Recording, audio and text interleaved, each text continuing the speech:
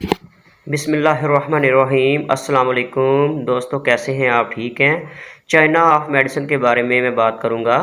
یہ homeopathy medicine ہے جس کا استعمال جو ہے وہ آپ افارہ میں کر سکتے ہیں۔ اس کے علاوہ ایسی بیماری جس میں رطوبات جو ہیں وہ خارج ہو جاتی ہیں، ختم ہو جاتی ہیں، جیسے کہ موشن لگنے کے بعد جو ہے یا پسینہ آنے کے بعد کمزوری آتی ہے، یا خون جو ہے نا بہت زیادہ بہہ جانے سے کمزوری آتی ہے، تو ان حالتوں میں آپ چائنا 30 کا استعمال کریں۔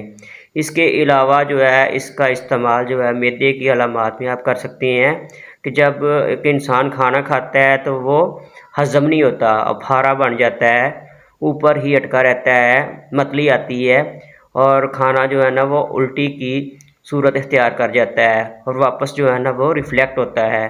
تو ان سب حالتوں میں چائنا کا آپ استعمال کر سکتے ہیں، بہت زبردست میڈیسن ہے۔